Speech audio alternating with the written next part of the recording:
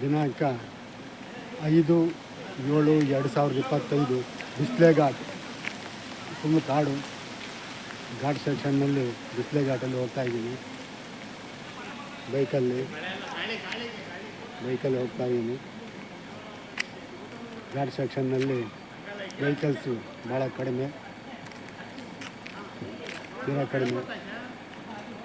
Road ಕಚ್ಚಾ, ಬರೀ highway ರೋಡ್ನಲ್ಲಿ ಹೋದ್ರೆ ಹಿಂಗೆ ಕಚ್ಚಾ ರೋಡ್ನಲ್ಲೂ ಹೋಗಬೇಕು. ಬೈಕ್ ತಂದರೆ ಜಾತಕ್ಕೆ ಟ್ರಿಪ್ ಮಾಡೋದಕ್ಕೆ.